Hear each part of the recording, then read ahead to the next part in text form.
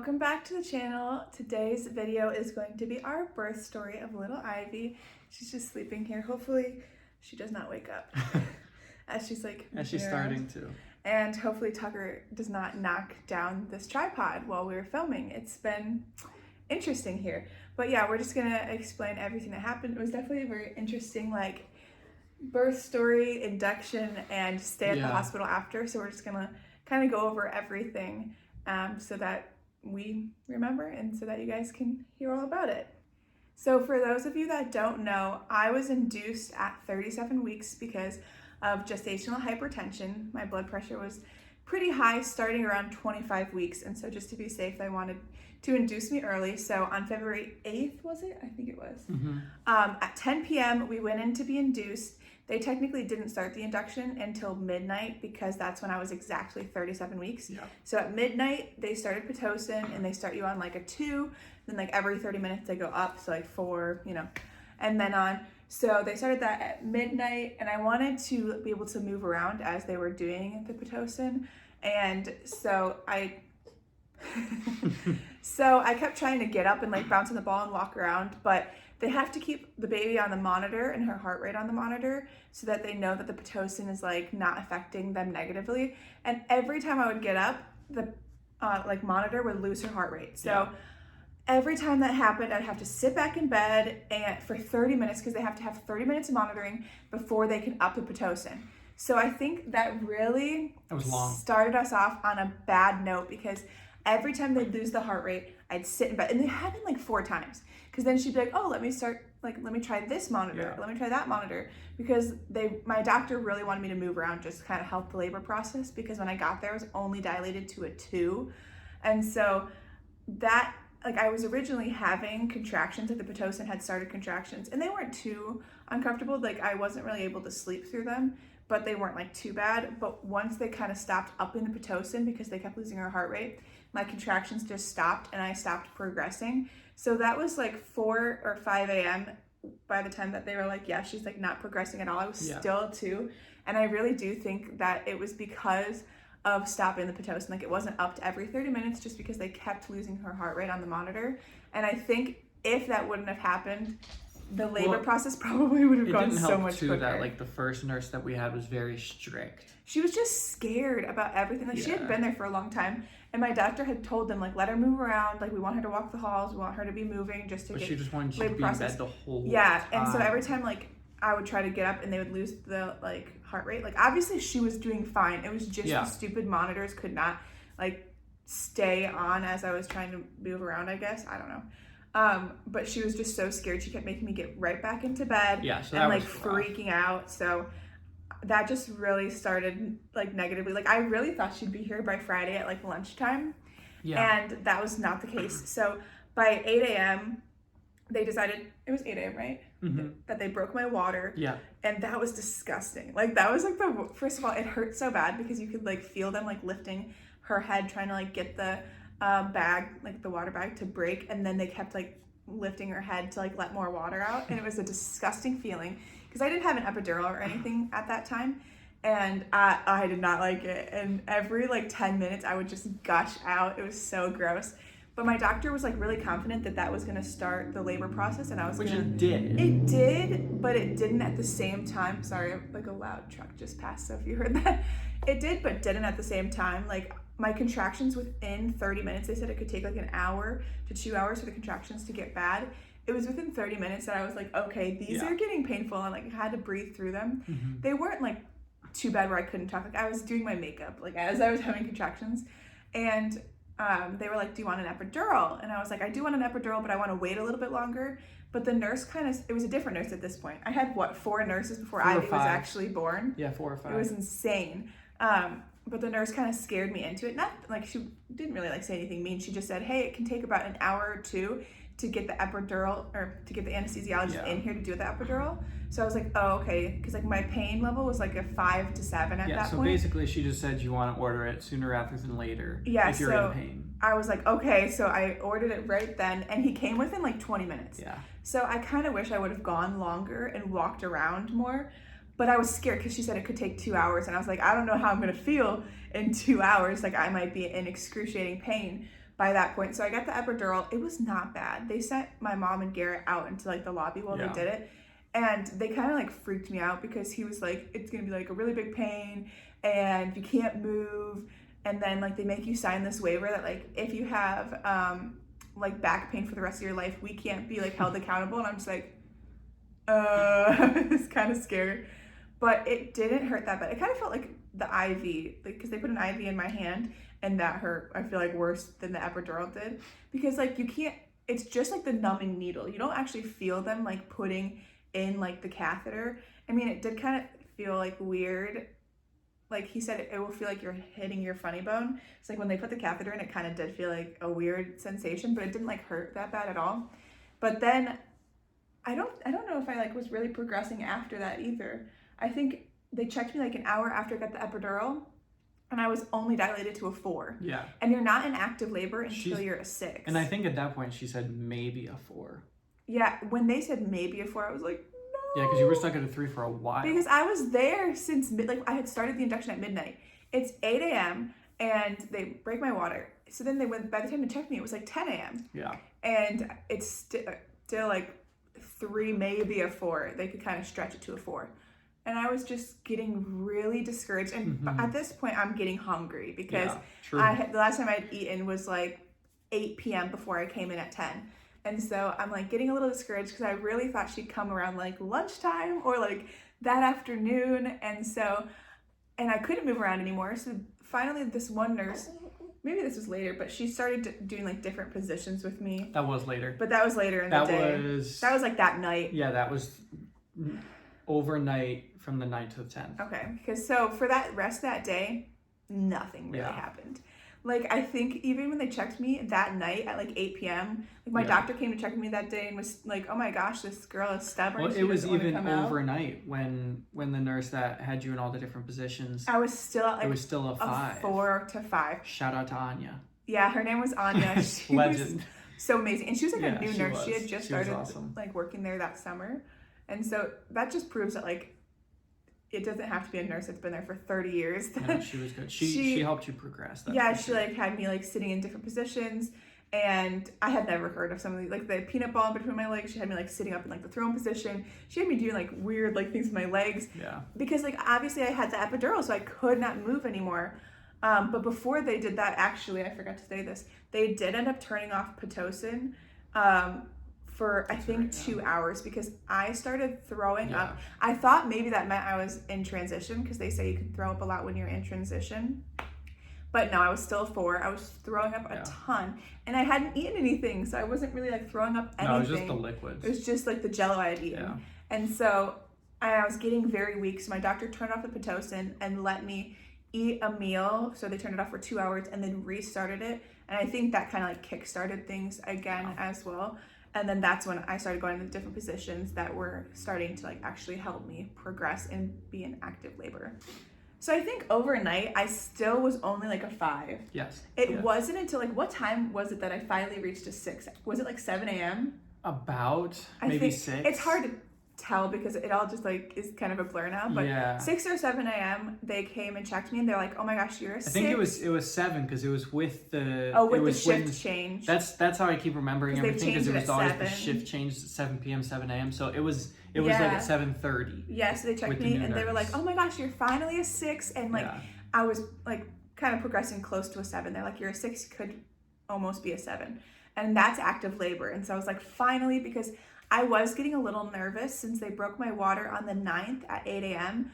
They usually only let you go a little over 24 hours with your water broken before they start thinking about C-section, just because of the infections that you could get from having your water broken that long. So I was getting so discouraged and I was getting so scared because obviously like I have nothing against C-sections. Like if that's what you have to do, that's what you have to do. I just am such a queasy person. Like I was terrified. I'm like, they're gonna have to knock me out. I'm too scared to just lay on the table and be cut open. And so anyone who gets a C-section, like more power to you. That's like, I'm scared of that still. Hopefully that never has to happen. But when they said I was actually finally in active labor, I was like, oh my gosh, praise the Lord. It was very exciting. And I started throwing up again, like 30 minutes later. Not as much, but that was when I was like, no, I think I'm in transition. I think I'm actually like like dilated to a 10. So around like 8, yeah, because it was only like 30 minutes. It was. They checked me again, and I was already at a 9. Yeah. And then they checked me again, I want to say at like 8:30. I think so, because you were like, I feel like her head's like out. Yeah, they were like... So we called them back in. It was within like 30 minutes after they had checked again that I was like, every time I'm having a contraction, I'm feeling like I'm pooping, which like means their head's starting to come out. And so they came to check at 8:30, and they're like, you're a 10, and we can like see her head. So I think that was at about like 8:30. Yeah, because I'm pretty sure she was born at 9:25, so it all happened so quick. So I think that was about at 8:30, because then they said, crap, we have to call the doctor. They called the doctor, which luckily my mom knows the doctor. So my mom had been texting the doctor, and so she was already getting ready to come in. And my mom was like, Caitlin like really thinks that like the head's coming out. And so the doctor was like, okay, I'm gonna head over. And so she made them turn off Pitocin, and they didn't even do practice pushes, because like every time I was having a contraction, Ivy's head was popping out. Like I could feel it popping out and coming back in, like within every contraction. Yeah. Not that it hurt, because I still had my epidural, but I could just like feel the pressure of it, like pushing out, coming back in, pushing out, coming back in. And so it was like 9 o'clock when my nurse or my doctor like finally got there. And so they got me all ready, which it was such like a weird, like they pretty much like break apart the bed to make like to have you push. And it was such an uncomfortable position that I was in to push, and I did not like it. But like you kind of have no choice. Like with the epidural, my leg was like dead. My left leg especially, like I could not even pick it up. So I had to have them in like the stirrups, which it just like makes you like feel like so uncomfortable the way you have to sit. And then I'm like, how do I even push? Like I didn't even know what to do. But clearly I figured it out, and she came within like 4 pushes, like 4 contractions. I mean, obviously not 4 pushes, because you push like 4 or 5 times every contraction, but she was born within 20-ish minutes from when I started pushing. And it was funny because when the head starts to come out, they mark it on a piece of paper, like what time the head came out. And so the nurse turned to mark on the paper that her head came out at 9:25, and the rest of her just kind of popped out too. Yeah, it was, because I watched the whole time. Yeah. Just because I thought it was interesting. So I watched Ivy come out the whole time. And within like the second contraction, I had already seen her head. So then I see her full head of hair. And that's what gave me motivation. So I gave Caitlin the motivation. I was like, she has a full head of hair. Then her head pops out, and it just I could feel it too. It was like weird. It was like a slip and slide. Like I could feel it like just like shoot out. Yeah, she just it was slid so right odd. out. The weird thing was they were like, every time you feel a contraction, push. But I had the epidural, so like I couldn't feel. So I literally put my hand on my belly, which they still had me on the monitor, so like they knew when I was having a contraction. And every time my belly would get hard, I'd be like, all right, it's a contraction, because I had no idea. And like they were telling you like push harder, but you do like kind of, even with the epidural, I could kind of feel what they meant when they're like keep pushing like that. Like it does feel like it's more towards your butt, which is like TMI, but I like was worried that with the epidural I wouldn't be able to like push effectively, but clearly I did. Good. 20 minutes, which is kind of insane. Like thinking about it, I wonder if I would have like not had to be induced, if my labor would have still gone that quick. Because like once I was in active labor, it was so fast. So I guess with baby number 2, we'll have to be careful. Once I'm like, unless I have to be induced again. But once I'm in labor, we can't play around, because she came so quick. Like it was 7 a.m. when I was a 6, and then she was born at 9:25 a.m. And I did tear, and unfortunately it was pretty, I don't know if it was bad. It just was bleeding a ton. And so I had to go to the OR. And they literally set me up like I was having a C-section, and I was like, wait, I already had the kid. And they let me bring her in and let Garrett come in, and they put her under like the warmers that were in the OR. And then they let me breastfeed, because like I was kind of nervous when they had to take me to the OR, because I had wanted to do the skin to skin and breastfeeding within like an hour. But the sweet nurse, Christina, I loved her too. She's so sweet. She was finally the nurse that actually got to see the birth happen after 4 other nurses did it. Everyone was so annoyed. They were like, oh, we thought we were going to make the birth. She like held her to me and let me nurse while I was laying there getting like stitched up. She was so nice. It did take like almost an hour to stitch me up, which was crazy. But Ivy latched right away. Oh yeah, Ivy did such a good job. And she was so tiny. Like she was 5 pounds, 13 ounces. And I mean, she was long, 19.5 inches, but that is such a small baby. They were, when I had my ultrasound the week before she was born, I think she was measuring like 6'4". 6'8". Or 6'8", yeah, that's right, 6'8". And so I really did think I was like, oh, she'll probably be like 7 pounds because my belly was big. But I think there was just tons of water in there because I kept losing water once they broke it. But she's such a small little thing. Even now, she's only 6'3" now. And that's smaller than like any babies on either of our family's side. Yeah. So that was crazy. But she did a really good job. Like, yeah, she latched right away. She was born like with her eyes like wide open, and she stayed awake for like 3 hours. Yeah. And they said that never happens. The baby usually falls asleep within an hour. She is an alert baby again. Though. She is like after like she eats, like sometimes she won't even fall back asleep. She'll just be like awake the whole time until the next feeding, and it's crazy. But things started to get more crazy after she was born, and so like let's get into that. So with her being early, she did have like a higher possibility of having jaundice, and when she was first tested, they were like, oh, like her levels aren't that high, but within like a couple hours, like that night that she was born, they were like, yeah, her jaundice levels are a little high, so we're gonna monitor it. And then by the next day, so Sunday like afternoon of the 11th, because she was born the 10th, I don't know if I said that, she had to go under the lights because I guess her levels were just like too high. Was that Sunday or was that Monday? Now I'm forgetting. I can't remember. No, we left Tuesday, so it was Sunday? Who knows? Whatever day it was, she went under the lights for 12 hours. I think it was Sunday night. Yeah, because then they ended up keeping us. I just felt like we were in prison because it was a long week. Started like where we were admitted on Thursday for the induction, and we did not leave until Tuesday at like 3:00. Yeah. And I was not expecting to be in there that long. Like I thought we would, after we had her, we'd only be there like 24 hours and then go home. Mm-hmm. Like I thought we'd be home Monday at the latest. Yeah. And so it was a lot for me, and a lot happened that just like, I was like, I felt like I was getting postpartum depression just like in the hospital because so much was happening. I was so exhausted that I missed the entire Super Bowl. Yeah, we just slept through We it. slept through the entire thing. And I was just like depressed. I was so sad because she had to go under the lights, and then as soon as they did that, like, well, and of course, she's the kind of baby that like only wants to be held and hates to be unswaddled. Yeah. I mean, she's fine, better now, but like, when you're first born, of course you're gonna like want to be swaddled. Yeah, she loved to be swaddled. So she had to be like completely naked other than a diaper, and she had to be left alone in there. Yeah. And the only time she could come out was to nurse. And she had like the sad little eye mask. Yeah, so she couldn't even see. Her eyes in her, so it was just sad. And it was just sad to see her there. And then she's like crying, but we can't like really help her or pick her up.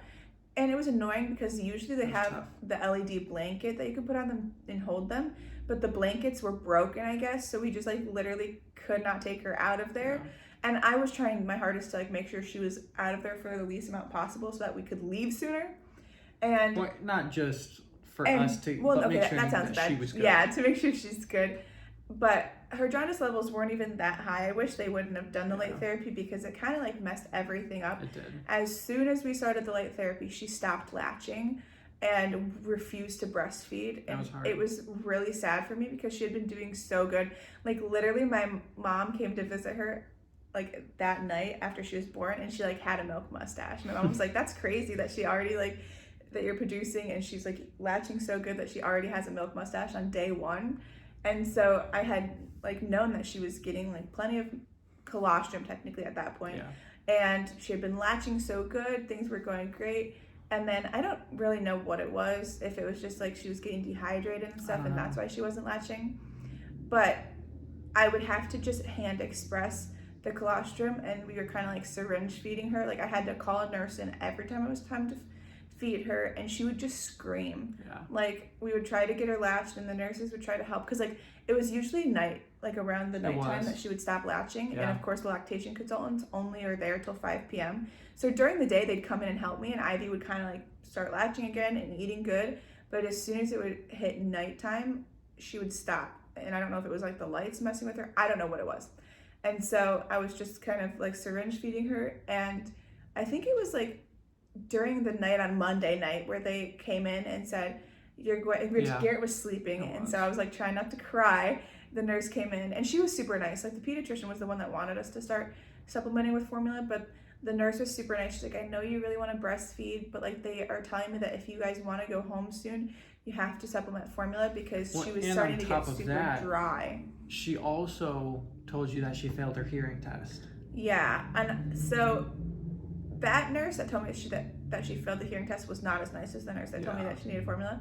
She was like, she failed her hearing test, and if she doesn't latch, you're gonna have to get formula. And so I'm like crying, and Garrett's asleep, and I'm trying to latch her, and she's screaming, and I'm like, you have got to be kidding me. Like, my baby's deaf, which we knew she was not deaf because she was like responding to her name. Not to her name, but like if but when we would shush her, or if we talked to her, she would like calm down. Yeah. So I knew it was just because she was mad because she wasn't eating good and she was just hungry. And so I like texted my mom real quick to see like what, because they had 2 options of formula. And I'm like, I don't know, like I didn't plan to supplement with formula. So luckily my mom like answered and we started supplementing, but I was super adamant about just using a syringe. So we'd let her suck on my finger. Like I put a glove on, let her suck on my finger, and we would like put the syringe in the side of her mouth and then like continue to nurse like when she would.